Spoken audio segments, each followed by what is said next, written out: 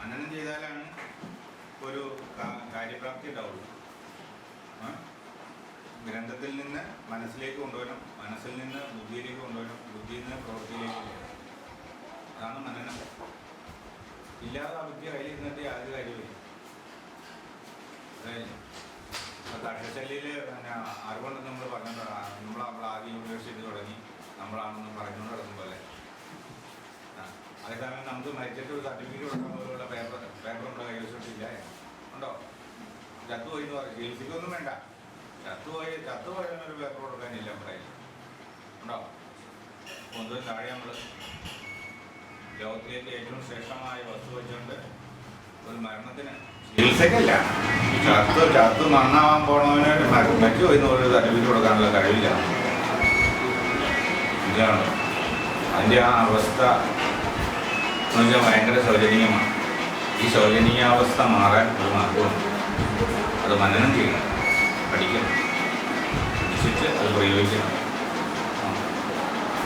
അതുകൊണ്ട് ഉപകാരം ചികിത്സിക്കാൻ വേണ്ടി തന്നെ വേറെ തൊഴിൽ ചെയ്യണം. അപ്പോൾ ചികിത്സിച്ച് പണം കിട്ടണമെന്ന് നിർബന്ധം. അല്ലാണ്ട് വേറെ എന്തെങ്കിലും പഴയ കാലത്ത് ഗുരുവിൻ്റെ അടുത്ത് പഠിക്കാൻ ചെല്ലുമ്പോൾ ഗുരു ചോദിക്കും, തനിക്ക് എന്താണ് തൊഴിൽ, തനിക്ക് എന്താണ് വരുമാനം? ഇതും കൊണ്ട് വരുമാനം ഉണ്ടാക്കാനല്ല. ചികിത്സ ഭാരതീയൻ ഫ്രീ ആയിട്ടാണ് വിദ്യയും ചികിത്സയും ഫ്രീ ആയിട്ടാണ് കൊടുത്തുകൊണ്ടിരുന്നത്. നടക്കണോ? ഫ്രീ ആയിട്ട് കൊടുത്തുകൊണ്ടിരുന്നു. അപ്പോൾ അവന് ഉപജീവനം നടക്കണമെങ്കിൽ എന്തെങ്കിലും തൊഴിൽ വേണ്ടേ? വേറെ എന്തെങ്കിലും ഒരു തൊഴിലും കൂടെ വേണം. ഇല്ലെങ്കിൽ എന്താണെന്ന് വെച്ച് കഴിഞ്ഞാൽ ഇപ്പോൾ ഒരു രോഗി വരുമ്പോൾ നമ്മൾ അവനോട് കൂടുതൽ പണം മേടിക്കുകയും അവന് താങ്ങാൻ പറ്റാത്തതും അവന് സാധിക്കാത്തതായ കാര്യങ്ങൾ പറയാൻ തുടങ്ങും. ഇപ്പോൾ നമ്മൾ ഹോസ്പിറ്റലിൽ ചെന്നാൽ ആ കിഡ്നിയുടെ കല്ല് മാറ്റുന്നതിന് 2 ലക്ഷം, ആ ഹാർട്ട് ഓപ്പറേഷൻ ചെയ്യുന്നതിന് 1 കോടി, അങ്ങനെ പൈസ പറയുന്നു.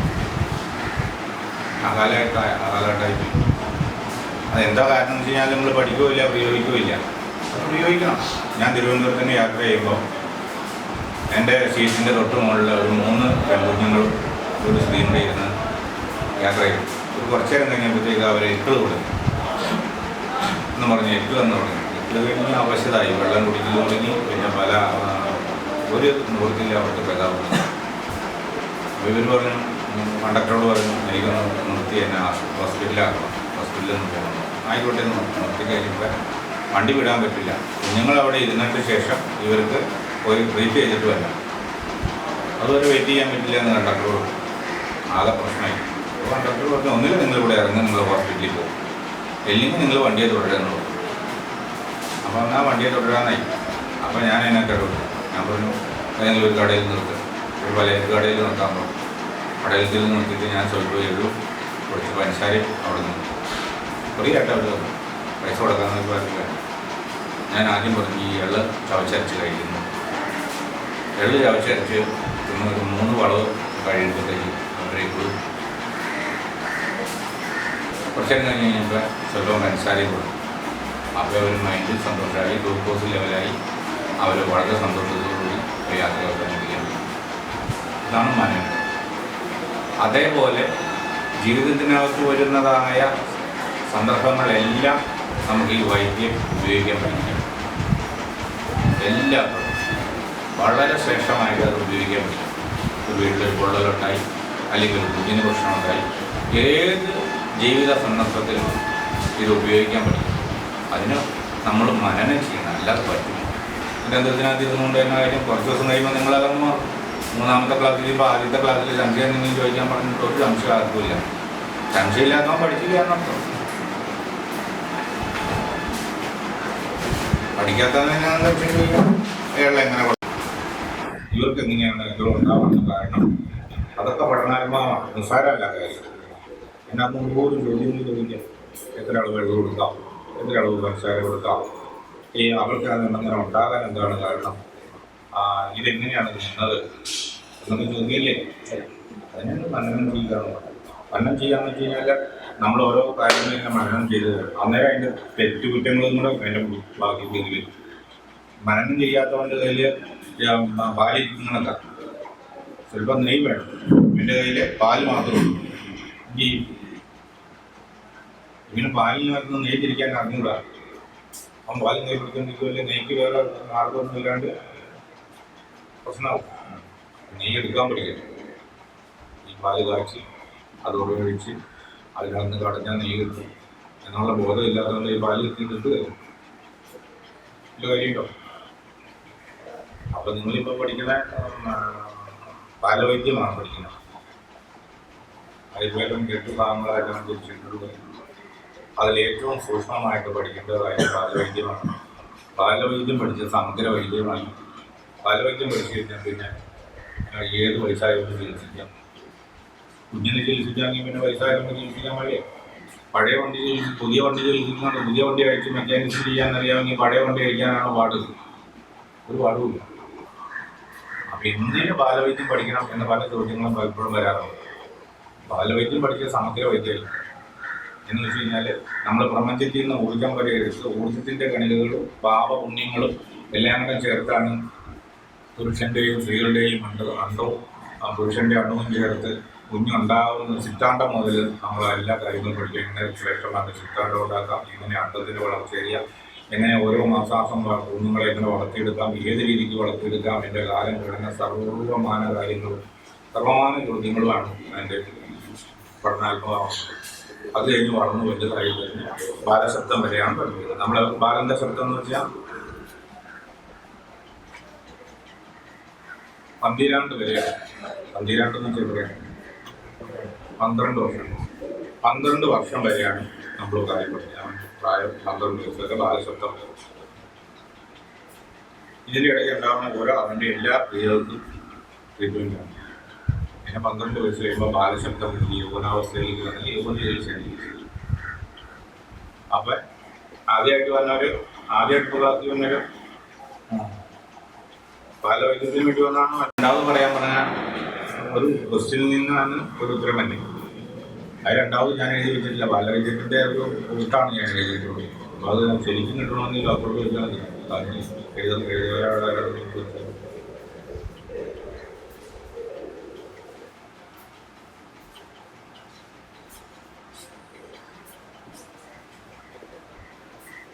എന്ന് പറഞ്ഞാൽ നമ്മളാണ് നിത്യപോയിന്റ്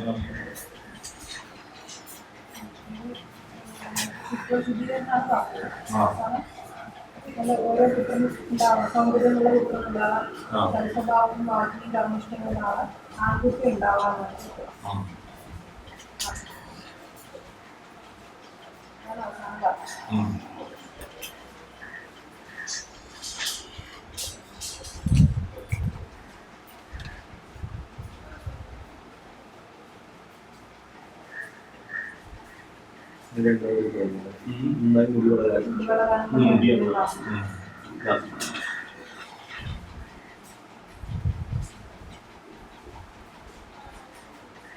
നമ്മള് രാമായണത്തിൽ ഒരു പായസത്തെ കുറിച്ച് പറയുന്നു. കേട്ടോ? ഇത് പൈസ ഉത്തരകാമിഷ്ടിയാകും നടത്തിയ ശേഷം ഒരു പായസം ഭഗവാൻ കൊടുക്കുക. ഇത് കഴിക്കുന്നതിന് കൃഷ്ണനായ പുത്രനുണ്ടാവും. നമ്മൾ ആൺപ്രജ എങ്ങനെ വേണമെന്ന് ഇതിനു മുമ്പ് പറഞ്ഞു നോക്കി. അപ്പൊ വീര്യനായ ഒരു പുത്രൻ ജനിക്കണമെങ്കിൽ പുത്രകാമിഷ്ടി യാഗം അവിടെ നിൽക്കട്ടെ, പായസം മാത്രമേ പറയാം.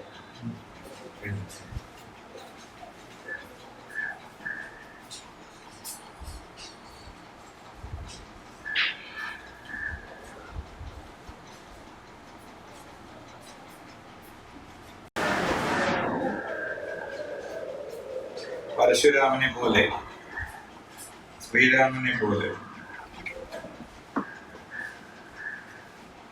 വീര്യമുള്ള പുത്രൻ ജനിക്കാനുള്ള പായസം ഇത് സ്ത്രീ സേവിക്കേണ്ടതല്ല, പുരുഷൻ സേവിക്കേണ്ടതല്ല. പുരുഷൻ സേവിക്കേണ്ടത് വേറെ ധാതുപുഷ്ടിയിലേക്ക്.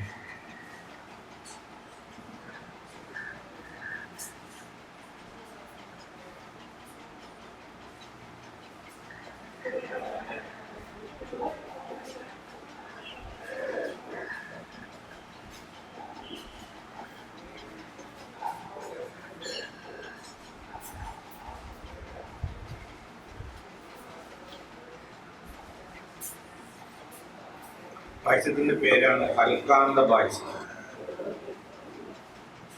കൽക്കാന്ത പായസം. അപ്പൊ അതൊന്ന് വിഗ്രഹിച്ച് പറയാം അതിന്റെ അർത്ഥം. കൽക്കാന്ത പായസം. അപ്പൊ അതൊന്ന് വിഗ്രഹിച്ച് എന്താണ് കൽക്കാന്തം പായസം. 3 പദങ്ങൾ ചേർന്നാണ് പ്രപഞ്ചം.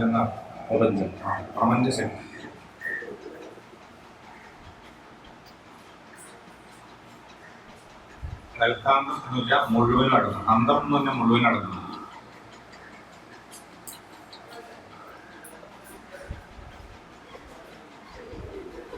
പായസം അതിൻ്റെ പചനത്തിന് കൊള്ളാവുന്നത് എന്ന് പറഞ്ഞാൽ ദഹനിക്കാനും ശരീരത്തിന് കൊള്ളാവുന്നത് എന്നാണ് ആ പദത്തിന്റെ വിഗ്രഹാർത്ഥം.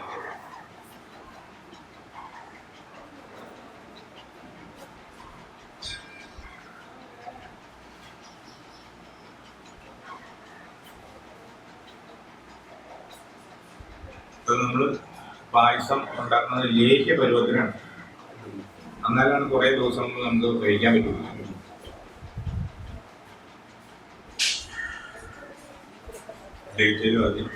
കുറച്ച് അരികളാണ് ആദ്യം ചേർക്കുന്നത്. ആദ്യമേ അരികളെ പറ്റി പറയാം. ഉണക്കലരി. ഉണക്കലരിയിൽ ഏറ്റവും ശ്രേഷ്ഠമായിട്ടുള്ളത് നവലരിയാണ്. വേറെ 2-3 ശ്രേഷ്ഠമായ അരികളുടെ പേരെന്ന് പറഞ്ഞു നിങ്ങൾക്ക് നിങ്ങളുടെ മനസ്സിലുള്ള കുറച്ച് അരികളുടെ പേര് പറഞ്ഞു.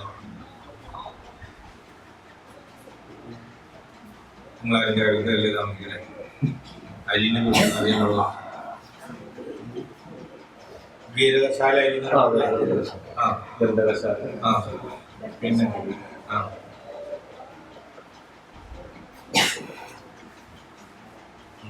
കരിമുണ്ടി. അതൊക്കെ അയണ്, കാൽസ്യം, വിറ്റാമിൻസ്, പ്രോട്ടീൻസ് അടങ്ങുന്ന ഏറ്റവും കൂടിയ അരികളാണ്. കുറച്ച് അരികളുടെ പേര് പഠിച്ചു വെച്ചിട്ടുണ്ട്. നല്ലൊരു അരി ഒരാൾക്ക് ഇപ്പം അയണിന്റെ കുറവാണ്, എന്ത് കഴിക്കും? എന്തരി കഴിക്കും? കരിമുണ്ടി. അതിനകത്ത് ഏറ്റവും കൂടുതൽ അയണുള്ളത്. പിന്നെ നീലവർണ്ണ. ഈ തമിഴ്നാട്ടിലൊക്കെ ഉണ്ട് നീലവർണ്ണ. കരിമുണ്ടി ഏറ്റവും കൂടുതൽ കാൽസ്യമുള്ള നെല്ലിന ഇതാണ് പറഞ്ഞു. ജീരകശാല. വായു സംബന്ധമായ പ്രശ്നങ്ങൾക്ക്, അതുപോലെ കാൽസ്യം കുറവുള്ള ആൾക്ക് കുറേ ദിവസം ജീരകശാല അരി മേടിച്ച് കഞ്ഞി വെച്ച് കുടിച്ചാൽ മാറും. ശരീരത്തിന് ആവശ്യമുള്ള കാൽസ്യവും കിട്ടും. ശരീരത്തിനകത്തിലെ 10 വായുക്കളും തുടങ്ങും. പ്രാണൻ, അപാനൻ, വ്യാനം മുതൽ സകല വായുക്കളും തുടങ്ങും. അപ്പോൾ നമ്മുടെ വീട്ടിൽ ഔഷധം അതോടൊപ്പം ആഹാരത്തോടൊപ്പം ചെയ്യാൻ പറ്റും. ഒരാൾക്ക് കാൽസ്യം കുറവാണ്, മുടി കുറവാണ്, വലിയവർക്ക് ബലം കുറവാണ്. ഇപ്പോൾ വയസ്സായവർ നമ്മുടെ വീട്ടിൽ ഒരാളുടെ കൈ ഒടിഞ്ഞു കഴിഞ്ഞ് കഴിയുമ്പോൾ ആ ഹോസ്പിറ്റലിൽ പോയി എക്സ്റേ എടുത്തു, അത് അവർ പ്ലാസ്റ്റ് ചെയ്ത് കിട്ടും. നമുക്ക് എന്ത് ചെയ്യാൻ പറ്റും? നമ്മുടെ വീട്ടിലുള്ളവർക്ക് നമുക്ക് എന്ത് ചെയ്യാൻ പറ്റും?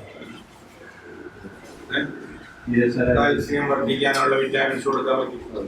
പിന്നെ കാൽസ്യം എല്ല് കൂടാനുള്ള ഔഷധങ്ങൾ ചെയ്യാൻ പറ്റും. എല്ല് കൂടാനൊക്കെ ഔഷധം പറഞ്ഞു ശങ്കലമട്ട പുറമേ ഉപയോഗിക്കാം, അകത്ത് ഉപയോഗിക്കാം. എല്ലിന് വേറൊരു ഔഷധം പറഞ്ഞു. ഇതൊക്കെ എഴുതണം. നിങ്ങൾ വായന കേട്ടാൽ പറഞ്ഞു. നിങ്ങളുടെ ചെവികൾ ചാടി ആ ചെവികൾ ചാടി ഈ ചെവികൾ ചാടി പോകുന്നത് നാളെ ചോദിക്കുമ്പോട്ട് അറിയാനും പറയും.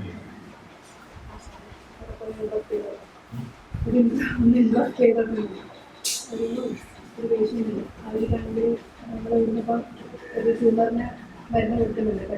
പീരീഡ്സ് ആകുമ്പോൾ ഇപ്പം പെട്ടെന്ന് പീരീഡ്സ് ആയി ഭയങ്കര വേദന. അവർ തന്നെ ഒഴിക്കുള്ളൂ.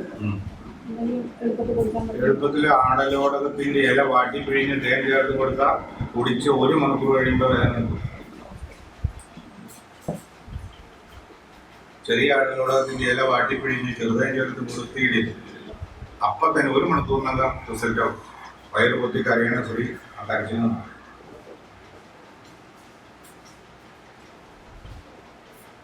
എഴുതുന്നുണ്ടോ?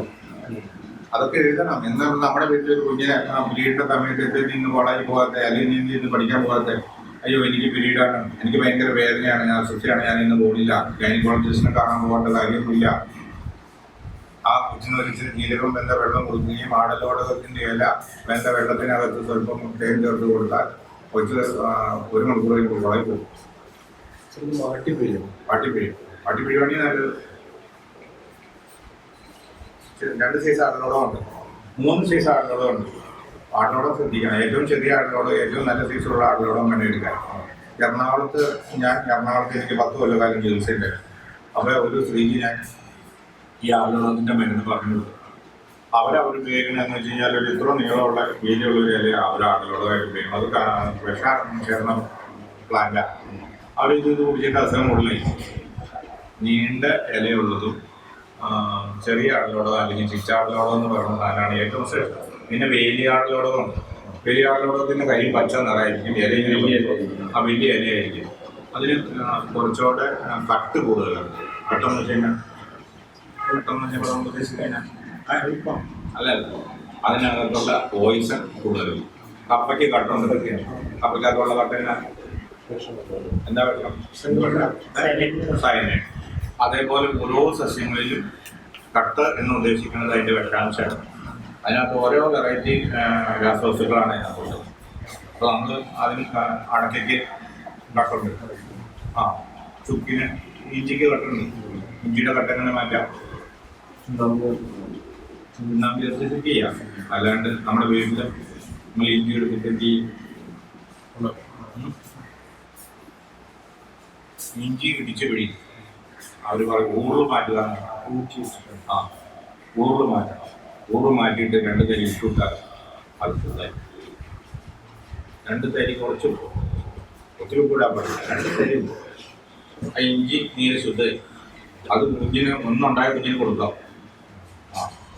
അപ്പോൾ അതിൻ്റെ ഊറിൽ മാറ്റി അത് വിഷാംശം മാറി. അത് കഴിഞ്ഞിട്ട് നീര് വീണ്ടും ശുദ്ധിയായി.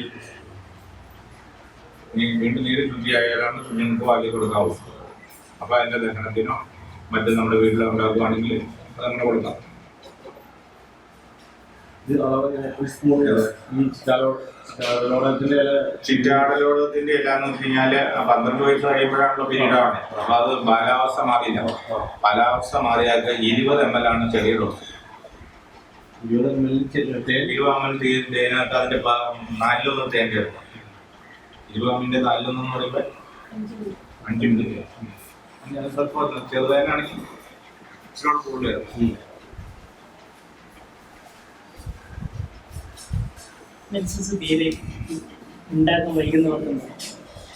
മെൻസസ് ഇല്ലാത്തതെന്ന് വെച്ചാൽ പല കാരണങ്ങൾ വരാം. തുടർന്ന് മെൻസസിന്റെ പീരീഡില് മെൻസസ് ആയി കഴിഞ്ഞ് അത് ബ്ലോക്ക് ആവുന്നത് വേറെ, ഇല്ലാണ്ട് വരുന്നത് വേറെ. ഇപ്പൊ മെയിനായിട്ട് ഇപ്പൊ നമ്മുടെ കുഞ്ഞിന് സാധാ മെൻസസ് ഉണ്ട്, ഇടയ്ക്കൊന്ന് നിന്ന് പോവാണെങ്കിൽ വാളം എഴുതുക, ഹെഡിങ് എഴുതാൻ ചോദ്യങ്ങൾക്ക് എല്ലാത്തിനും ഹെഡിങ് എഴുതുക. എന്താണ് ചോദിച്ചത്, എന്താണ് പരിഹാരം, എന്നാലാണ് നിങ്ങൾക്ക് ഇന്ന് നമ്മൾ ഈ ഞായറാഴ്ച നിങ്ങൾക്ക് പ്രയോജനപ്പെടുള്ളൂ. അല്ലെങ്കിൽ ഇവിടെ വന്ന് വെറുതെ പഴം മുടക്കി ഇത്രയും പാട്ട് വാവടക്കി ഇവിടെ വരുന്നതിന് പോയിട്ട് വലിയ കാര്യമുണ്ടോ? പിന്നെ പിന്നീട് പൈസണ്ടല്ല അതിൻ്റെ മുന്നോട്ട്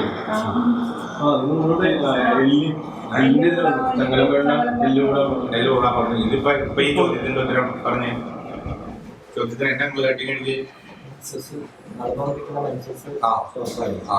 സ്റ്റോപ്പ് ആയാൽ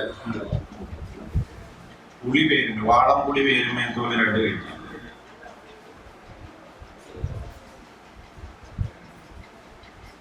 ചുക്ക് 2 കഴിക്കും. 2 കഴിഞ്ഞെന്ന് കഴിഞ്ഞാൽ 10 ഗ്രാം. വാളം പേരിന്റെ തോല്, വലിയ മരം വാളംപുളി എന്ന് പറഞ്ഞാൽ വലിയ മരമായിരുന്നു. അതിന്റെ ചോട്ട് ഭാഗത്തുള്ള തോല് 5 ഗ്രാം. 2 കഴിഞ്ഞ് കഴിഞ്ഞാൽ 10 ഗ്രാം.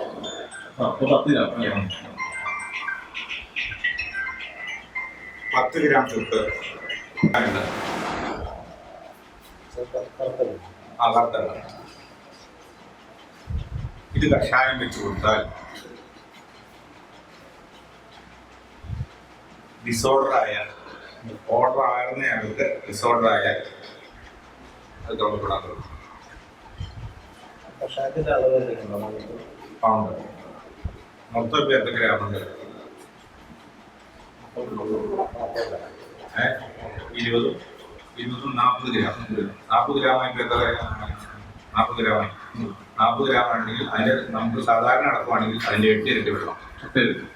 അത് പിന്നെ ഒരു ഗ്ലാസ്സിനകത്താക്കി വയ്ക്കാം. അപ്പോൾ ഇവിടം വരെ ഉണ്ട്, ഇതിൻ്റെ പകുതി വരെ ഉണ്ടെന്ന് വെച്ചാൽ ഇടിച്ച മരുന്ന് അതിൻ്റെ 8 ഗ്ലാസ് വെള്ളം, 8 ഇരട്ടി. അത് ശരിക്കും നിങ്ങളുടെ മനസ്സിലിരിക്കാൻ വേണ്ടിയിട്ട് അങ്ങനെ അളവ് പറയണം.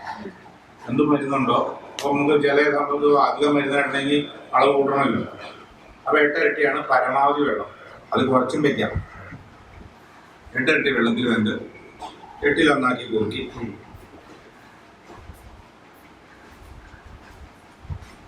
കഴിക്കാം. അത് ആയുർവേദം. അത് കഴിച്ചാൽ അത്. പിന്നെ അതിൻ്റെ കൂടെ ഒരു സിദ്ധ പ്രയോഗിക്കാം നമുക്ക്. പൊൻകാരം പൊരിച്ചത്. ഇതിപ്പോൾ ഞാൻ പറഞ്ഞത് മനസ്സിലാക്കണം. ഇത് ആയുർവേദത്തിൻ്റെ ഇത് തന്നെ കൊടുത്താൽ ക്ലിയർ ആവും. ഏതെങ്കിലും കാരണവശാൽ അങ്ങനെ ആവുന്നില്ലെങ്കിൽ ഡോസ് വർദ്ധിപ്പിക്കാനുള്ള കാര്യമാണ് ഇനി പറയണത്. ഇപ്പോൾ ഒരാൾക്ക് 2-3 പ്രാവശ്യം കൊടുത്തു, അപ്പം കൊടുത്തിട്ട് അത് ഫലിച്ചില്ലെങ്കിലും അതിൻ്റെ മുകളിൽ അതിൻ്റെ പരിഹാരം ചെയ്യണ്ടേ.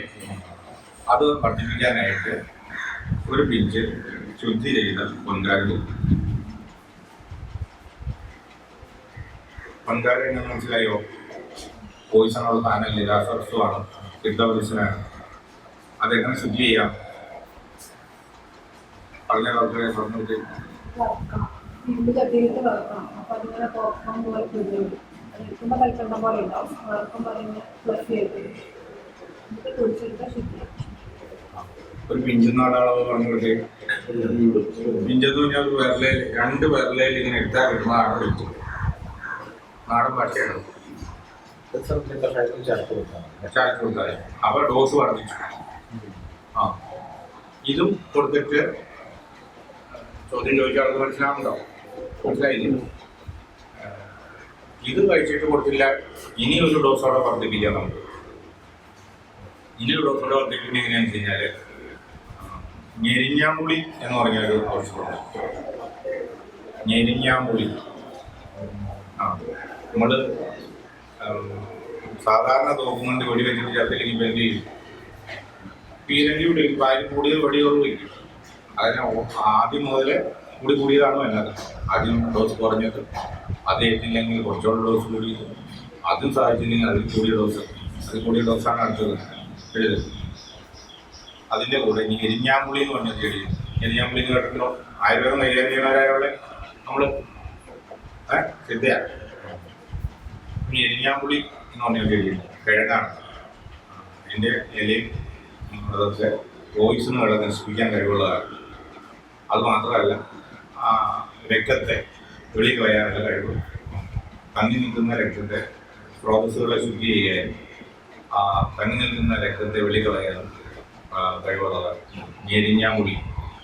അതിനകത്ത് 2 കഴിഞ്ഞ് ഞെരിഞ്ഞാമ്പുളി കൂടെ ചേർത്ത് ആദ്യമേ ഇതൊന്നും വേണ്ട, ആദ്യമേ തന്നെ ഇത് കൊടുക്കേണ്ടത്. സാധിച്ചില്ലെങ്കിലാണ് ഇവനെ കൂട്ടി കൊടുക്കേണ്ടത്. ഞെരിഞ്ഞാമ്പുളി ചേർക്കുമ്പോൾ മറ്റേ വേണ്ടല്ലോ. ഏത് ഞെരിഞ്ഞാമ്പുളി കൊടുക്കുമ്പോൾ അഹങ്കാരം വേണ്ട, ശുദ്ധ ആയുർവേദം മാത്രം മതി.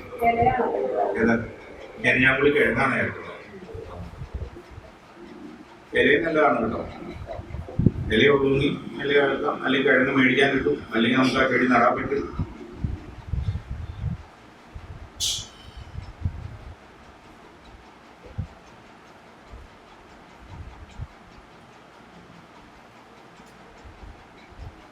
അപ്പോൾ 3 ദിവസമായി. ഇനിയൊരു ദിവസമുണ്ട്. ഇതെല്ലാം കൊടുത്തിട്ടും ശരിയാവുന്നില്ല. ഹോർമോണിനെ ഉപയോഗിക്കും. ഇതെല്ലാം കൊടുത്തു കഴിഞ്ഞിട്ട് അത് ശരിയാവുന്നില്ലെങ്കിൽ അവൻ്റെ ഹോർമോൺ കിട്ടും.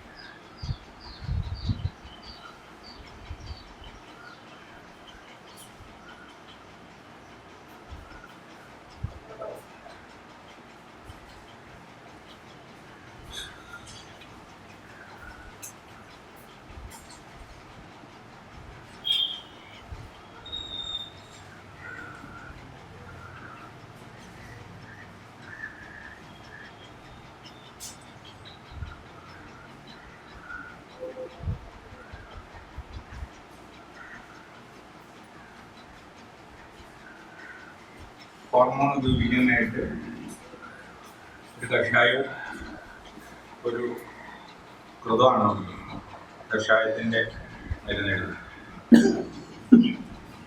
ആർത്തവം ക്രമമാകാൻ ഹോർമോൺ കഷായം.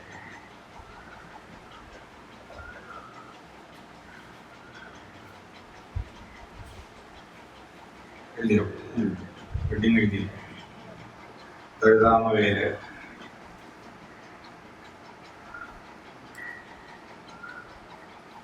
അറിഞ്ഞേണ്ടിക്കഴിഞ്ഞ പാടക്കഴിഞ്ഞ് ശതാവേലി കഴിഞ്ഞ്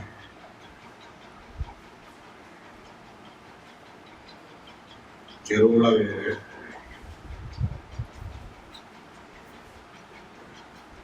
അമ പേര് അമ ഇല്ലിയുടെ താഴെയുള്ള ചെടിയാണ്. ഇല്ലി പോലെ തന്നെ കുഞ്ഞി ഇല്ലി. അമ പേര് ഉഷ പേര്. ഉഷ എന്നൊരു പുല്ല് വർഗത്തിൽപ്പെട്ട ചെടിയാണ്. ദർഭ പേര് ആറ്റുദർഭ പേര് വെളുത്ത കരിമ്പ് പർപ്പടക പുല്ല് വെളുത്ത കയ്യുണ്യം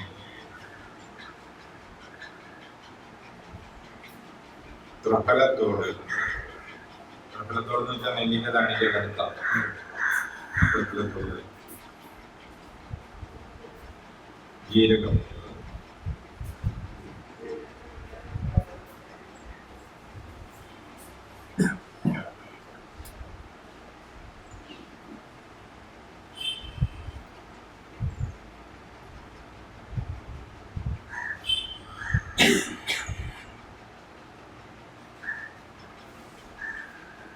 കഷായം വെച്ച് അളവ് 2 കഴിഞ്ഞു. ഈ 2 കഴിഞ്ഞ വീതം കഷായം വെച്ച് കഷായത്തിൻ്റെ അളവ് 2 ലിറ്റർ ഇടാം. സാമാന്യം 2 ലിറ്റർ.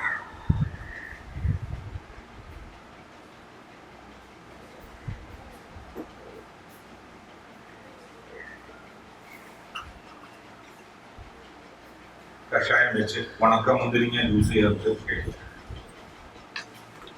ഉണക്കമുന്തിരിങ്ങ എടുത്തുകൊണ്ട് വന്ന് ശരിക്ക് കഴുകി വെള്ളത്തിലിട്ട് കുതിർത്തി അത് വെള്ളം ചേർത്ത് ജ്യൂസാക്കി ഒരു 50 ml ജ്യൂസും ഒരു 50 ml കഷായവും ചേർത്ത് കഴിക്കും. ഹോർമോൺ ലെവലായി ബ്ലഡ് ഇഞ്ചക്ഷനായിട്ട് ഉണ്ടായിട്ട് നാച്ചുറലായിട്ട് കണ്ടീഷനായിട്ട് പീരീഡ് ഉണ്ടാവും. പിന്നെ അതിനൊരു കൃതം എന്ന് വെച്ചാൽ നെയ്യ്. സുകുമാരവ്രതം മേടിക്കാൻ കിട്ടും. സുകുമാരവ്രതം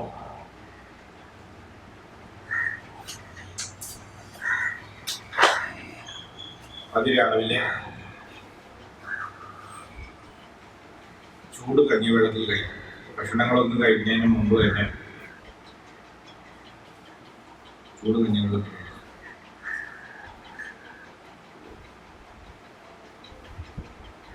പിന്നെ ഇതിനകത്ത് ബേസിക്കായിട്ട് അറിഞ്ഞിരിക്കുന്നുണ്ട് ഈ രോഗം അവർക്ക് വരാൻ എന്താണ് കാരണം, ആ കാരണത്തെ സ്റ്റോപ്പ് ചെയ്യും. ഇതിനാണ് പഥ്യം എന്ന് പറയുന്നത്. ഈ രോഗം ഉണ്ടാകാനുള്ള കാരണം എന്നാ? ഒത്തിരി കാരണങ്ങൾ. 1 അമിതമായ ഉറക്കം. 2 ഒരു തൊഴിലും ചെയ്യില്ല, എക്സസൈസ് ഇല്ല ബോഡിക്ക്.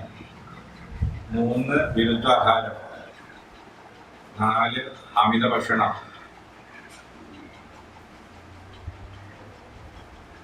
5 മാതൃദോഷം.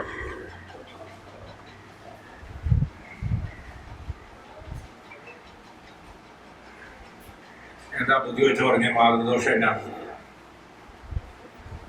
മാതൃദോഷം അമ്മയിൽ നിന്ന്. അതെ, അമ്മയ്ക്ക് ഒരു സ്വഭാവമുണ്ട്. അമ്മയുടെ ബോഡിയുടെ ഒരു സ്വഭാവമുണ്ട്. ഈ ബോഡിയുടെ സ്വഭാവം ആളുകൾ കിട്ടും. അതാണ് മാതൃദോഷം. അതുകൊണ്ട് രോഗത്തിൽ തോറ്റുപോയ ഔഷധത്തിന്റെ കുഴപ്പമില്ല, നമ്മുടെ കാൽക്കുലേഷന്റെ കുഴപ്പമാണ്.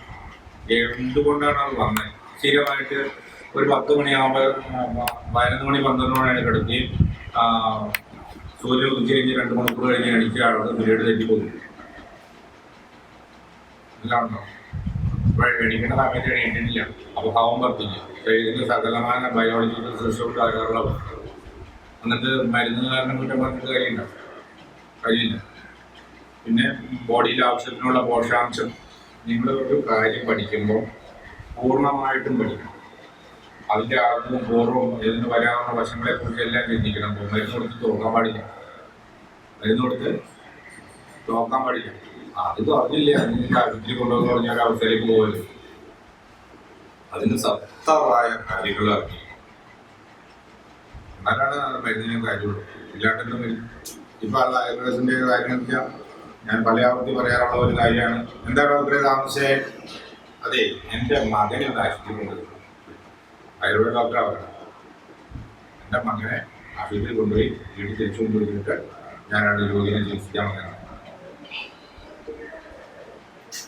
ഇവനറിയാൻ പറ്റിയ മകൻ്റെ കാര്യം മകൻ ചികിത്സിക്കാൻ അറിയാമോ? പിന്നെ നമ്മൾ ഇതിനെ പറ്റി ഞാനാണെങ്കിൽ അങ്ങനെ പോകും. ഞങ്ങൾക്ക് കൂടുതൽ ചികിത്സിക്കാൻ അറിയാൻ മേലാതെ അങ്ങനെയാണോ തൻ്റെ അടുത്ത് ഞാൻ ചികിത്സിക്കാൻ ഞാൻ പോകും. അങ്ങനത്തെ അവസരമല്ലോ. നമ്മൾ എന്തൊരു കുഞ്ഞു കാര്യമാണെങ്കിൽ ശരി, ആ കുഞ്ഞു കാര്യത്തിൻ്റെ സസ്യങ്ങളെ കുറിച്ചും ആ സസ്യങ്ങളുടെ വെറൈറ്റിയും അതിൻ്റെ അബദ്ധം പറ്റാവുന്നതും അതിൻ്റെ ഗുണം പറ്റാവുന്നതും അതിൻ്റെ ഹൈ ഡോസും അതിൻ്റെ ലോ ഡോസും അതിൻ്റെ സകലമായ കാര്യങ്ങളും ചോദിച്ച് മനസ്സിലാക്കിയിട്ട് വേണം. അത് നമുക്ക് ഉപയോഗപ്പെടണമെങ്കിൽ അങ്ങനെയാണോ? ഇല്ലെങ്കിൽ അത് ഉപയോഗപ്പെടില്ല. ഇപ്പോൾ പല ഡോസ് നിശ്ചയിച്ചില്ലെങ്കിൽ നമുക്ക് പറ്റുമോ? അമേരിക്കക്കാരൻ്റെ വെടിവെക്കുന്നതും ചൈനക്കാരൻ്റെ വെടിവെക്കുന്നതും പാകിസ്ഥാൻ്റെ വെടിവെക്കുന്നതും ഓരോലെയാണോ? ആണോ? പാകിസ്ഥാൻ്റെ നമുക്ക് ഒരുപാട് വെടിവെക്കാം, ഒരു കുഴപ്പമില്ല. ചൈനക്കോ അമേരിക്കയുടെ വെടിവെച്ചെങ്കിൽ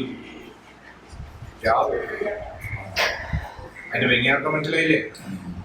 നമ്മൾ ആരോടാണ് ചെയ്യണത്, എന്താണ് ചെയ്യണത്, എങ്ങനെയാണ് ചെയ്യേണ്ടത്, എങ്ങനെ ചെയ്യേണ്ടത് പൂർണ്ണമായിട്ടും ആലോചിക്കണം ചെയ്യാൻ. അപ്പം നമ്മളിവിടെ നിർത്തിയേ മാതൃദോഷം. പിന്നെ കാലാവസ്ഥ. തമിഴ്നാട്ടിൽ ജീവിക്കുന്ന അവസ്ഥയും കേരളത്തിൽ ജീവിക്കുന്ന അവസ്ഥയും വ്യത്യാസമുണ്ട്. അതുപോലത്തുള്ള നമുക്ക് പിന്നെ ഇവിടെ കാശ്മീരിൽ താമസിക്കണമെങ്കിലും അയാൾക്ക് എന്ത് വരുന്ന അവിടെ വെച്ചാൽ അർത്ഥകാരാണെങ്കിൽ എന്ത് ചെയ്യും? അവിടെ ചെയ്യുകയാണെങ്കിൽ എന്ത് ചെയ്യും? കാലാവസ്ഥയുടെ മാറ്റം കിട്ടുമെന്ന് പറഞ്ഞ് തണുപ്പ് കൂടുതലാണ്. ഇപ്പം നമ്മൾ എന്ത് ചെയ്യും? ഉഷ്ണവീര്യമുള്ള ഔഷധങ്ങൾ പ്രയോഗിക്കണോ? ഉഷ്ണവീര്യമുള്ളത് ഉപയോഗിക്കണോ? തമിഴ്നാട്ടിലാണെങ്കിലോ ശീതവീര്യമുള്ള ഔഷധങ്ങളെ പ്രയോഗിക്കണം. കേരളത്തിലാണെങ്കിലോ തണുപ്പുണ്ട്, ചൂടുകൊണ്ട് എല്ലാം ഉണ്ട്. ഒരു മിശ്ര സ്വഭാവക്കാരാണ് നമ്മൾ. അപ്പോൾ നമ്മുടെ പ്രയോഗം ആ രീതിക്ക് മതി. അമിതമായിട്ട് ബോഡി ഹീറ്റാവാറില്ല, അമിതമായിട്ട് ബോഡി തണുക്കാറുമില്ല. കർക്കിടമാസത്തിൽ നമ്മുടെ ഋതുചര്യകൾ ആയുർവേദത്തിനകത്ത് ഋതുചര്യനെ പറയാനുണ്ട്. ഓരോ ഋതുവിനും ഉണ്ടാകുന്നതായ ശരീരമാണ്. എന്ത് ഔഷധം നേരെ കഴിക്കണം, എന്ത് ഔഷധം കൊടുക്കണം, എന്ത് ഔഷധം കൊടുക്കാൻ പാടില്ല എന്നുണ്ട്. അതും നമ്മൾ പഠിക്കണം. തണുപ്പുള്ള സ്ഥലത്ത് നേരെ വിപരീത സ്വഭാവമുള്ള ഔഷധങ്ങളെ വേണം. ഇപ്പം ഒരാൾക്ക് നെഞ്ചരിയാണ്. തമിഴ്നാട്ടുകാരന് നെഞ്ചരിയാണ് ഈ മല്ലിയാണ് ഏറ്റവും നല്ല ഔഷധം. കേരളക്കാരന് നെഞ്ചരിവാണെങ്കിൽ ജീരകമാണ് ഏറ്റവും നല്ല ഔഷധം. എന്താ വ്യത്യാസം? മല്ലി ശരീരത്തെ ശീത സ്വഭാവമാക്കിക്കൊണ്ട് നെഞ്ചരിച്ചിൽ മാറ്റും. ജീരകം ശരീരത്തെ ചൂടാക്കിക്കൊണ്ട് നെഞ്ചരിച്ചിൽ മാറ്റും. അവർ തമിഴ്നാട്ടുകാരനാണെങ്കിൽ അവിടെ മഴയും കുറവ്, അവിടെ ഉഷ്ണം കൂടുതൽ, കാലാവസ്ഥയ്ക്ക് മാറ്റം. അന്നേരം നമ്മൾ ജീരകം കൊടുത്താലും ചൂടും കൂടി ആയിട്ടാണ് ഉഷ്ണാവും. അന്നേരം അവന് മല്ലിയാണ് കൊടുക്കുന്നത്. മല്ലിക്ക് തണുപ്പ് സ്വഭാവമാണ്, ദഹിക്കാനുള്ള സ്വഭാവം. നെഞ്ചരിച്ചിൽ ഉഷ്ണങ്ങളൊക്കെ മല്ലി കഴിക്കുമ്പോൾ മാറും. അതേ അസുഖത്തിന് കേരളത്തിൽ വരുമ്പോൾ നമുക്ക് ജീരകമാണ് ഉപയോഗിക്കുന്നത്. അതാണ് ഋതുചര്യയിലുള്ള മാറ്റം. അതാണ്. അപ്പം സുഹൃത്ത് ചോദ്യത്തിൻ്റെ പുറകെയാണ് നമ്മൾ പോയത്. ആദ്യമേ അതിൻ്റെ ഒരു പൂർണ്ണമായതില്ലേ, ഞാൻ എന്തെങ്കിലും സംശയമുണ്ടോ? അതിനോട് ബന്ധപ്പെട്ട് എന്തെങ്കിലും സംശയമുണ്ടോ? വീണ്ടും നമുക്ക് പായസത്തിലേക്ക് തിരിച്ചു വരാനാണ്. സംശയമുണ്ടോ? ഡോക്ടർക്ക് സംശയമില്ലെങ്കിലും സംശയം ചോദിച്ചോ, ഇവർക്കും കൂടെ പഠിക്കാനാണ്. അവർക്ക് എന്തായാലും ചോദിക്കണമെന്ന് അറിയാൻ പാടില്ല. അപ്പോൾ അതിനകത്ത് വരാവുന്ന സംശയങ്ങളൊക്കെ ആലോചിച്ചിട്ട് ചോദിക്കണം. ആവാനുള്ള ബുദ്ധിമുട്ടെന്നല്ലേ പറഞ്ഞത്. ആവാതിരിക്കണേന് ഉള്ളതാണ് പറയുന്നത്. ഹെഡിങ് വായിച്ച് ആവാതിരിക്കാനും ആവുമ്പോൾ ഉണ്ടാകുന്ന വേദനയും അതിൻ്റെ അസ്വസ്ഥതകളെല്ലാം മാറാനായിട്ട് നമ്മൾ ഡോസുകൾ കൂട്ടി പറഞ്ഞു, ഹോർമോൺ ക്ലിയറൻസിന് പറഞ്ഞു, എല്ലാം പറഞ്ഞു. സംശയമുണ്ടോ ഡോക്ടറെ? ഉണ്ടാവും. 41 ദിവസം ഹോർമോൺ ഏറ്റവും ചെറിയ ഡോസ് ഒരു മണ്ഡലകാലം. മണ്ഡലകാലം എത്രയാ? അതിനെന്നാ പ്രത്യേകത? ഈ മണ്ഡലകാലത്തിന് എന്നാ പ്രത്യേകത? അത് 25 ആക്കാതെ എന്താ? എന്നാൽ 29 ആക്കാതെ എന്താ? ഈ മണ്ഡലകാലത്തിന് എന്താ പ്രത്യേകത? പുതിയ കോശങ്ങൾ ഉണ്ടാവുന്നതല്ല. നമ്മുടെ ഒരു ബയോളജിക്കൽ സിസ്റ്റം 1 മുതൽ അവസാനം വരെ ആവണമെങ്കിൽ 41-42 ദിവസം വേണം. ബയോളജിക്കൽ സിസ്റ്റം കേവൻസ് ഒരു മണ്ഡലം എന്ന് പറയുന്നത് 21 ദിവസം. അങ്ങനെ 2 ചേർന്നിട്ടല്ലേ അരമണ്ഡലം. 41 ദിവസം കേരളീയർക്ക് 41 ദിവസം. തമിഴ്നാട് ശാസ്ത്രങ്ങളിലൊക്കെ 48 ദിവസവും ആണ് പറയാറ്. നമുക്ക് ശബരിമല കഴിയുമ്പോഴൊക്കെ 41 ദിവസമാണ്. ഈ 41 ദിവസത്തിനൊരു പ്രത്യേകതയുണ്ട്.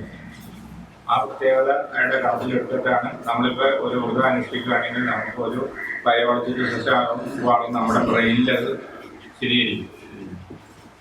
ഒരു കുഞ്ഞിനെ 7 വയസ്സ് വരെ ക്രിസ്ത്യാനിയായിട്ട് വളർത്താം. എന്നിട്ട് ആ ക്രിസ്ത്യാനി കൊച്ചിനെ പിന്നെ ഹിന്ദുവാക്കാൻ വലിയ പാടാം. ഒരു മുസ്ലിം കൊച്ചിനെ ഒരു കുഞ്ഞ് ഉണ്ടായപ്പോൾ മുതൽ ആ കുഞ്ഞിനെ കുറച്ചു കാലം അവൻ്റെ ബുദ്ധി ഉറയ്ക്കുന്നവരെ മുസ്ലിമായിട്ട് വളർത്തിയിട്ട് വീണ്ടും അവന് ക്രിസ്ത്യാനിയാക്കാനും ഹിന്ദു ആക്കാനും പാടാം. എന്നാ അതിൻ്റെ കാര്യം? അപ്പോഴത്തേക്കും അവൻ്റെ ബ്രെയിൻ ഉറക്കി, ബ്രെയിൻ്റെ വളർച്ച കൂട്ടിയാവും. അവനതെല്ലാം സ്ഥിരീകരിച്ച് അവൻ്റെ കമ്പ്യൂട്ടറിൽ രേഖപ്പെടുത്തി വയ്ക്കും. ആ കമ്പ്യൂട്ടർ പിന്നെ കമ്പ്യൂട്ടർ മാറണം. കമ്പ്യൂട്ടർ നമ്മുടെ കമ്പ്യൂട്ടർ സബ്ജോർ അത് പിന്നെ മാറി വെക്കേണ്ടി. അതുകൊണ്ടാണ് നമ്മൾ കുഞ്ഞായിരിക്കുമ്പോൾ തന്നെ നമ്മൾ കുഞ്ഞുങ്ങൾക്കൊക്കെ നമ്മുടെ മതപരമായ കാര്യങ്ങളും പ്രാർത്ഥനാപരമായ കാര്യങ്ങളും ആ സംശയങ്ങളൊക്കെ പറഞ്ഞു കൊടുക്കണം. അന്നേരം അവൻ്റെ ബ്രെയിനിലത് ഉറക്കും. ബ്രെയിനിലത് ഉറച്ചിട്ടുണ്ടെങ്കിൽ പിന്നെ അത് മാറില്ല. പിന്നെ അതിൻ്റെ ഗുണങ്ങൾ പറഞ്ഞു കൊടുക്കും. എന്താണെന്ന് വെച്ച് കഴിഞ്ഞാൽ എൻ്റെ മോള് SLC പരീക്ഷ. അപ്പോൾ മൂവാറ്റത്തെ ഏറ്റവും നല്ല സ്കൂളാണ് എൻ്റെ മോള് വിട്ടത്. ക്രിസ്ത്യൻ സ്കൂളാണ്. അപ്പോൾ SLC പരീക്ഷയ്ക്ക് ഞാൻ കൊണ്ടുവിടാനായിട്ട് പോവുക. കൊണ്ടുവിടാനായിട്ട് പോയി കഴിഞ്ഞപ്പോൾ വീട് തൊട്ടടുത്താണ് ക്രിസ്ത്യൻ സ്കൂള്. ആ സ്കൂളിൻ്റെ അടുത്താണ് പള്ളി. പക്ഷെ ഒരു മിനിറ്റ് നിൽക്കുന്നു പറഞ്ഞു. ഞാൻ വണ്ടി നോക്കി കുറച്ച് പോയി പ്രാർത്ഥിച്ചു. എന്നിട്ട് കുറച്ച് പോയി പരീക്ഷ തിരിച്ച് വീട്ടിൽ വന്നപ്പോൾ ഞാൻ ചോദിച്ചു, അതിൻ്റെ മോള് പള്ളിയിൽ പോയി പ്രാർത്ഥിച്ച്. അപ്പോൾ അവിടുന്ന് കൊടുത്ത കോച്ചിങ് എങ്ങനെയാണ്? അപ്പോൾ ആ കോച്ച് പറഞ്ഞു, നമ്മളെപ്പോഴും ഇങ്ങനെ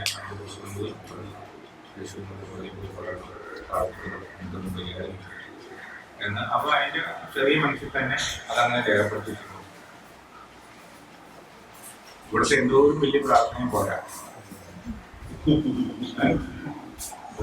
അവരുടെ ആ മനസ്സിലതങ്ങനെ അടിച്ചിരിക്കുക. അപ്പോൾ ഞാൻ അതിൻ്റെ ബോധവൽക്കരിച്ചു. 10ാം ക്ലാസ് ആയപ്പോഴത്തേക്കും ബോധവൽക്കരിക്കാൻ പറ്റുള്ളൂ, തിരുത്താൻ പറ്റില്ല. ഞാൻ ഇങ്ങനെ തന്നെയാണ് എൻ്റെ കാര്യം. പ്രാർത്ഥന ഇതൊക്കെയാണെന്നും പറഞ്ഞു. കൊച്ചിനും ഇപ്പോഴും തന്നെ ഇവരുടെ അമ്മയുടെ വീട് തിരുവനന്തപുരം. അവിടെ അവരുടെ പള്ളി ഭയങ്കര ജീവിത സിറ്റുവേഷൻ കൊണ്ടുണ്ടാകുന്ന ഒരു കാര്യം. കുഞ്ഞിൻ്റെ വളർച്ചയുടെ കാര്യം പറഞ്ഞിട്ടുണ്ട്. നമ്മൾ മെയിനായിട്ട് പായസത്തിലേക്ക് വീണ്ടും തിരിച്ചു പോകാം. അതിനകത്ത് സംശയം തീർന്നോ? അടുത്ത് നമ്മൾ എന്നെ വയസ്സെന്തിനാ എന്നെ വയസ്സാ വയസ്സാണോ? എന്ത് വയസ്സാണ് നമ്മളുണ്ടാക്കുന്നേ?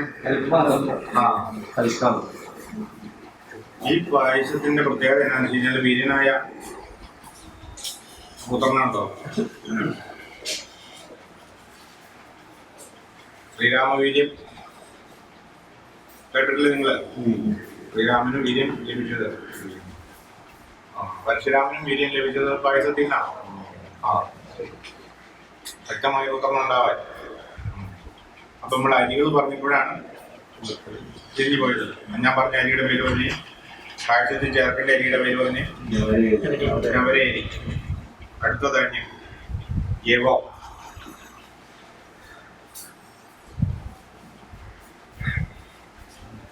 അടുത്തത് കറുത്ത ഉഴുന്ന്.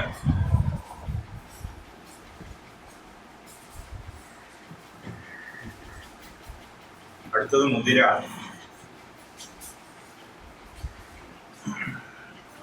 അടുത്തത് എള്ള്.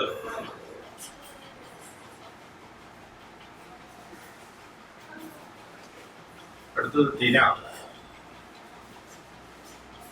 അടുത്തത് വരക്. എത്രണ്ണായി? 7 9 എണ്ണം.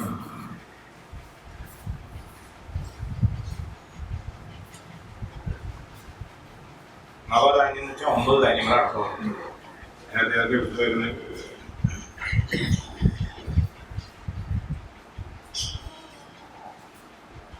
എള്ളു, ഉഴുന്ന്, പയറ്, കടല. പ്രമാണല്ലേ? പയറ്, ചെറുപയറ്.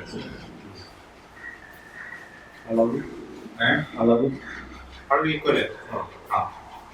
ഈ ധാന്യങ്ങളെല്ലാം എടുത്ത് വൃത്തിയാക്കി പൊടിച്ച് പൊടിയെടുക്കുക.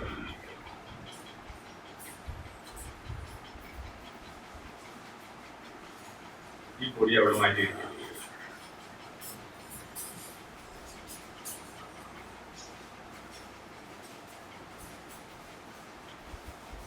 അതിനുശേഷം വെളുത്ത എള്ള്.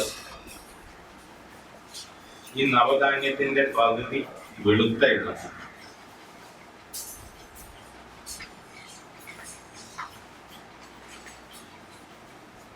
ഈ 9 കൂട്ടം ധാന്യങ്ങളും കൂടെ ചേർത്ത് 9 കൊണ്ടോ അതിന്റെ പകുതി വെളുത്ത എള്ള്. 5 കിലോ ഉണ്ടെങ്കിൽ 2.5 കിലോ. 2.5 കിലോ എന്ന് എഴുതി വെക്കരുത്. ആദ്യം പറഞ്ഞ അളവിന്റെ പകുതി വെളുത്ത എള്ള്. പിന്നെ അതിലേക്ക് ചേർക്കാനുള്ള ഔഷധങ്ങൾ. അതിലേക്ക് കഷായം വേണം. കഷായത്തിനുള്ള കഷായത്തിൽ നിന്ന് എഴുതും.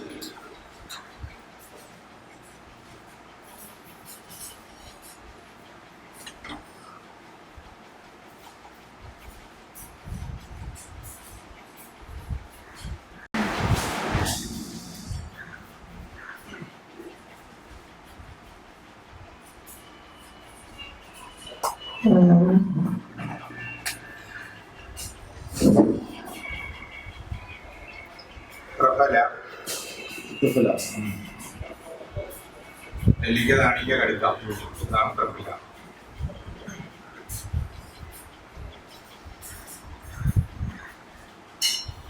അമുക്കിരം,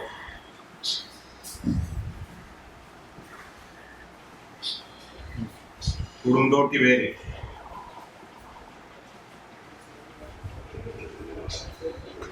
ദശമൂലം,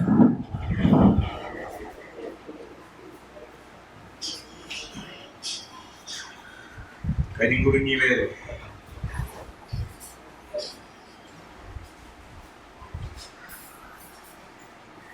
കോലരക്ക്,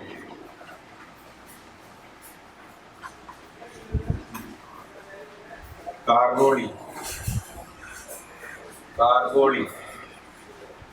ക്ഷീരകാർഗോളി,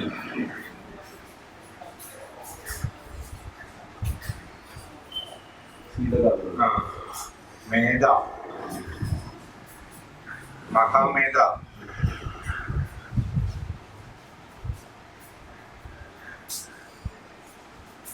മുന്തിരിങ്ങാപ്പഴം,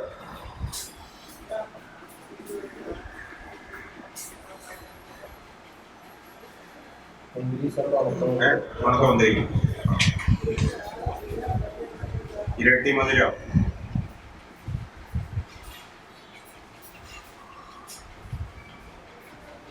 ചപ്പങ്ങ, അതിന് ബ്രാൻഡിന്റെ പതിമുഖം. പതിമുഖം നമ്മൾ വെള്ളം കുടിക്കുന്ന പതിമുഖം, ചപ്പങ്ങ.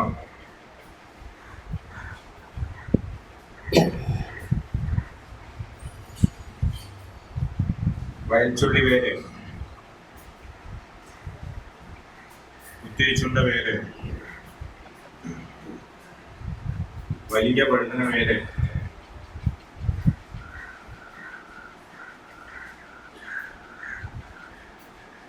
ഓരില വേര്, മൂങ്ങില വേര്, ചെറുപുള വേര്,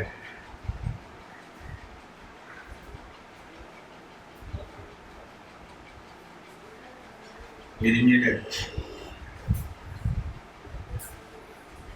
കണ്ടകാരി, കണ്ടകാരി,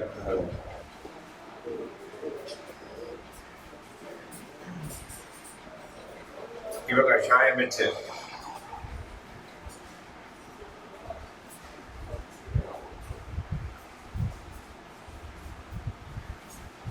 മരുന്നിന്റെ 8 ഇരട്ടി വെള്ളത്തിൽ വെന്ത് വെട്ടിലൊന്നാക്കി കുറുക്കി പിഴിഞ്ഞരിച്ച് വാങ്ങി കഷായം റെഡിയാക്കി വെക്കണം. നമ്മൾ ആദ്യം ഇത് റെഡിയാക്കി വെച്ചു, ആദ്യം പൊടിച്ചു വെച്ചു, പിന്നെ എള്ള് മാറ്റി വെച്ചു. എള്ള അരച്ച് വെക്കണം, മറ്റത് പൊടിച്ചു വെക്കണം. പിന്നെ എന്താണ് മാറ്റി വെച്ചപ്പോൾ കഷായം റെഡിയാക്കി വെച്ചു. ഇനി അതിലേക്ക് വേണ്ടതായ പൊടിമരുന്നില്ലോ. ഇതിൽ 19 ഇതിന്റെ അളവ് 19 അല്ലേ? എല്ലാം 10 ഗ്രാം വീതം. 10 ഗ്രാം വീതം. പിന്നെ അതിലേക്ക് പൊടിച്ച് ചേർക്കാൻ ചുക്ക്, മുളക്, തിപ്പല്ലി, മുളക് എന്ന് പറഞ്ഞാൽ ചുക്ക്, മുളക്, തിപ്പിലി, ഏലം, ഇലവർണ്ണം, പച്ചില, നാഗപ്പൂ, തക്കോലം,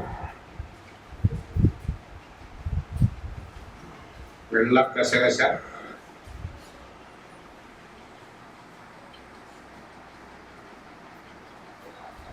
അടപുതിയും കിഴങ്ങ്, നീണ്ടിക്കിഴങ്ങ്, നിലപ്പനക്കിഴങ്ങ്,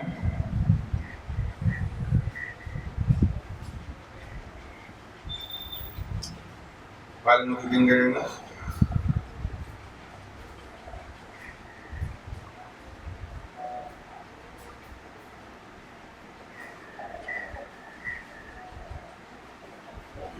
ഇത്രയും മരുന്ന് പൊടിച്ച് ചേർക്കാൻ മറ്റേ മരുന്നിൻ്റെ 10 ഗ്രാം എടുക്കണമെങ്കിൽ ഓരോന്നും ഒരു 2.5 ഗ്രാം വീതം മതി.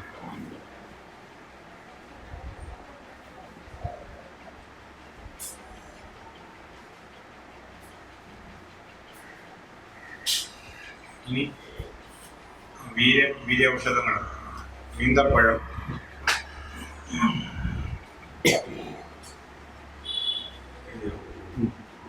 ഉണക്കമുന്തിരിങ്ങ,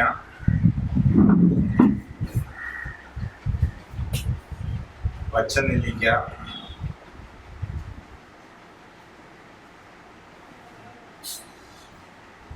ബദാം പരിപ്പ്,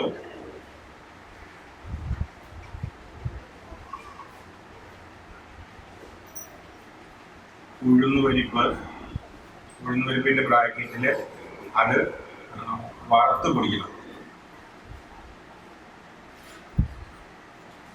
നെയ്യിൽ വറുക്കാനാണ് നല്ലത്. നെയ്യിൽ വറുത്ത് പൊടിക്കണം, എന്നിട്ട് വെള്ളം ചേർക്കണം. ഇവ അരച്ചെടുക്കണം. ഇതെല്ലാം കൂടി അരച്ചെടുക്കണം. അരച്ചെടുക്കണം. ഇതിന്റെ അളവ് അതിന്റെ അളവ് എന്ന് വെച്ച് കഴിഞ്ഞാൽ മറ്റേ 2 കഷായത്തിനകത്തിന്റെ അളവ്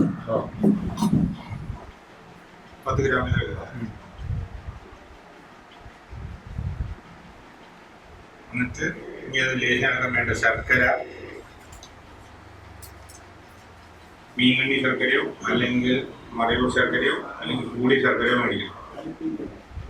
കിലോയ്ക്ക് 400 രൂപ ഒന്നുമില്ല, 200 രൂപ വരെയുള്ള കൂടിയ ശർക്കരകളുണ്ട്. മറ്റേ ശർക്കരകളൊക്കെ കെമിക്കലാണ്, വിഷാംശമാണ്.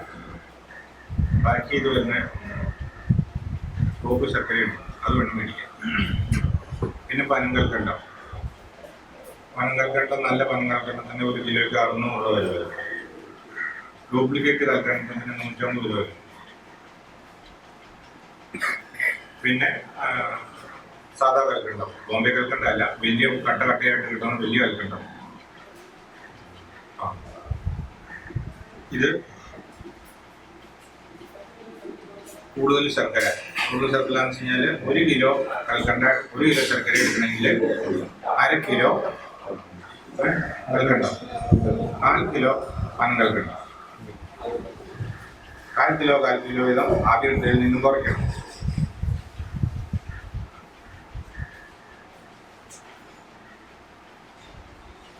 എന്നിട്ട് ഞാൻ എൻ്റെ എല്ലാ മരുന്നുകളും റെഡിയായി. ഇനി എൻ്റെ ഓപ്പറേഷൻ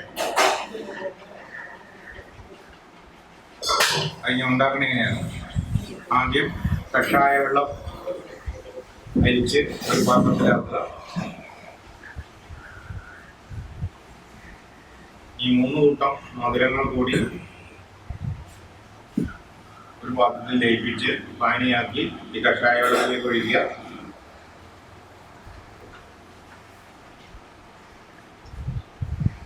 അതിൻ്റെ ജലാംശം പറ്റി പകുതി പറ്റാവുമ്പോൾ അരച്ചു വെച്ച ഈന്തപ്പഴം പോലെയുള്ള സാധനങ്ങളൊക്കെ ഇടുക. നമ്മളതിനകത്ത് അരക്കണതിനകത്ത് ഒരു സാധനം വിട്ടു പോയിട്ടുണ്ട് കേട്ടോ, കദളിപ്പഴം കൂടി ചേർക്കണം. അതിന് ചേർത്തിട്ടുണ്ട്. ഈ അരച്ചത് ഈ പാനിക്കകത്ത് ഇടണം.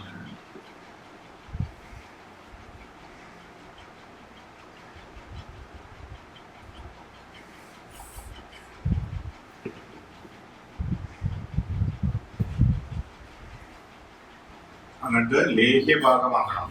ലേഹ്യഭാഗം എന്ന് വെച്ച് കഴിഞ്ഞാൽ പ്രിസർവേറ്റീവ്സ് ആകാനാണ്, കേടാകാത്തൊരവസ്ഥ. അതിലിങ്ങനെ 1 നൂല് 2 നൂല് 3 നൂല് ലേഹ്യഭാഗം എന്ന് പറഞ്ഞത് ആ ഭാഗമാകുന്നത് കേടാകാതിരിക്കാനാണ്. അത് ഭാഗമാക്കിയ ശേഷം പൊടിച്ച് വെച്ചേക്കുന്ന പൊടികൾ അരിച്ച് ചേർത്ത് ഇളക്കണം.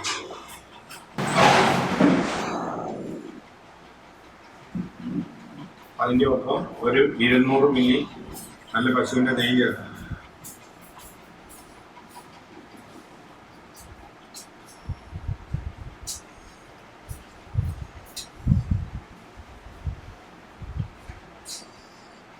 പശുവിൻ്റെ നെയ്യ് ചേർക്കണം. അത് കഴിഞ്ഞ് വാങ്ങി ചെറുതെ നെയ്യ് എന്തോരം ചേർത്തോ അതിൻ്റെ പകുതി ചെറുതായിട്ട് ചേർക്കണം. നെയ്യും തേനും കൊണ്ട് തുല്യ അളവിൽ ചേർക്കരുത്, വിഷാംശമാണ്, ദഹിക്കാൻ ബുദ്ധിമുട്ടാണ്. കറക്റ്റ് പകുതി അളവ് ചേർക്കും. നെയ്യ് കൂടുതൽ തേൻ കുറച്ച്. പിന്നെ അതിനെ മണവും രുചിയും പെടുത്താനായിട്ട് നമ്മളെ കൊണ്ട് സാധിക്കില്ല, എന്നാൽ എഴുതിക്കോളൂ. കുങ്കുമപ്പൂവ്,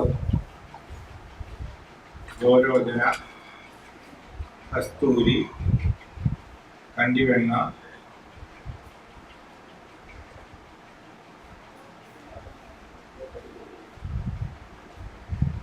ഇവ ചേർത്ത് യോഗഭാഗിയാക്കുക. സാധാരണക്കാർക്ക് സാധിക്കുന്ന കാര്യമില്ല. പച്ചക്കറി അതുള്ള സാധനം പൊടിച്ച് വാങ്ങി സാരസ്വതാ മന്ത്രോ അല്ലെങ്കിൽ ധന്വന്തരി മന്ത്രോ കൊണ്ട് ജീവിച്ച് ശുദ്ധി വരുന്നത്. ഒരു 21 വിളിച്ചാൽ ഈ അമ്പലത്തിൽ ശാന്തിനെ കൊണ്ട് ആരെ കൊണ്ടെങ്കിലും കുറച്ചെടുത്തുകൊണ്ട് പോയി അമ്പലത്തിൽ കൊണ്ടു കൊടുക്കണം. എന്നിട്ട് അത് ജയിച്ചിട്ട് അത് തിരിച്ചു കൊണ്ടുവന്ന് ഈ ഇതിനകത്തിട്ട് ഇളകണം. അല്ലെങ്കിൽ സ്വന്തം ചെയ്യാമെങ്കിൽ ചെയ്യാം. സ്വന്തം ചെയ്യാമെന്ന് വെച്ചാൽ ഒരു 7 ദിവസത്തെ ഉപാസന എടുത്ത് ഓം ദേവദേവാനന്ദരായ അമൃതാവിശ്വസായം സർവരോഗ വിനാശായ ത്രൈലോക്യനാഥായ വിഷ്ണുവേ സ്വാഹ ഓം സ്വാഹ യഥേതി ലേഹ്യം എന്ന് പറഞ്ഞാൽ ഈ ലേഹ്യത്തിൻ്റെ പവർ തന്നെ എന്ന് പ്രാർത്ഥിച്ച് വീണ്ടും വീണ്ടും ആവർത്തിച്ച് പ്രാർത്ഥിച്ച് അത് കഴിഞ്ഞിട്ട് ഗർഭിണി ആവാൻ ഉദ്ദേശിക്കുന്ന സ്ത്രീക്ക് കൊടുത്താൽ അവൻ വീര്യവാനായ പുത്രനും മാതൃസ്നേഹമുള്ളവനും പിതൃസ്നേഹമുള്ളവനും വീര്യവാനും ശക്തനുമായിട്ടുള്ളവൻ ബുദ്ധിയുള്ളവനും സർവ്വ ഐശ്വര്യങ്ങളോടും കൂടിയവനുമായിട്ടുള്ളവരും എനിക്ക് ഇതിൻ്റെ ഒരു ഭാഗം ഇതിൻ്റെ ഒരു വലിയ കുറച്ചധികം മെഷീനുകൾ നമ്മൾ ഇതിനകത്ത് കളഞ്ഞിട്ടുണ്ട്. അതൊന്നും ഈ കാലത്ത് നടപ്പില്ലാത്തതുകൊണ്ട് ഹിമാലയയിൽ നിന്ന് കിട്ടുന്നതും ദിവ്യമായ കുറച്ച് പുസ്തകങ്ങൾ നമ്മൾ ഇതിനകത്ത് ഒഴിവാക്കിയിട്ടുണ്ട്. ഇത് ശ്രീരാമനും ഉണ്ടാകാൻ ബലരാമനുണ്ടാകാൻ വേണ്ടി ഉണ്ടാക്കിയ പൈസ. അതിനകത്ത് ഒത്തിരി മാറ്റങ്ങൾ വന്നിട്ടുണ്ട്, സ്ഥാനങ്ങൾ ഒഴിവായിട്ടുണ്ട്. ഇന്നത്തെ ആ യുഗത്തിലുണ്ടാകുന്ന ചെടികൾ ഇല്ലാത്ത ചെടികളുണ്ട്. അതിനകത്ത് പലരും ചെടികളൊക്കെ ചേർക്കാനുണ്ടാകും. ഇപ്പം ഈ പറഞ്ഞ സാധനങ്ങളെല്ലാം കൊടുത്തു ഞാൻ പലർക്കും ഉണ്ടാക്കി കൊടുത്തിട്ടുണ്ട്. പുത്രന്മാരും ഉണ്ടായിട്ടുണ്ട്, പവറായിട്ടുള്ളതുകൊണ്ട് സ്ത്രീ പൂജ ഉണ്ടാവില്ല. എക്സ് ക്രോമസോമും വൈ ക്രോമസോമുകളെയൊക്കെ നിയന്ത്രിക്കാനുള്ള കഴിവ് ഇതിനകത്തുണ്ട്. അപ്പം മോഡേൺ സയൻസിൻ്റെ അനുസരിച്ച് ക്ലിയറൻസ് കിട്ടും. ഒരു കുഞ്ഞിൻ്റെ ലിംഗം നിർണ്ണയിക്കണ ആരായിരിക്കും?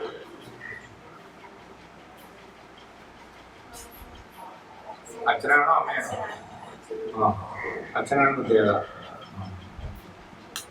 അപ്പം പിന്നെ എക്സും വൈനെ നിയന്ത്രിക്കാനുള്ള കഴിവ് ഇതിനകത്തുണ്ട്. മോഡേൺ ആൾ ചോദ്യം ചോദിച്ചാൽ അതിന് ഉത്തരം പറയട്ടെ. മോഡേൺ ഒരാൾ നിങ്ങൾക്ക് നിങ്ങൾ എന്ത് ചെയ്യും പറയണം? ആയുധം കഴിഞ്ഞിട്ടുണ്ടെങ്കിൽ എക്സ് ക്രോമസോമും വൈ ക്രോമസോമും ശരിയാവുമോ? ഇനി അത് ശരിയാവുമോ? ലിംഗം നിർണ്ണയിക്കാൻ വേണ്ടി എന്തെല്ലാം കടന്നു വിളിച്ചാൽ നമുക്ക് അതിനെ വേണ്ടി ബോധമുണ്ടായിരിക്കും. നമ്മൾ എന്തെങ്കിലും പറഞ്ഞാൽ പാടില്ലോ. ചോദിക്കുന്നവനും അതിബുദ്ധിമാനായിരിക്കും. അവന് തൃപ്തിയായ ബുദ്ധി വേണ്ട പറഞ്ഞു കൊടുക്കട്ടെ. പായസത്തിൽ ഉണ്ടായിരുന്നു മത്സ്യമാംസാദികൾ ഭക്ഷിക്കാതെ സ്ത്രീ വിഷ്ണുവിനെ പൂജിക്കുകയും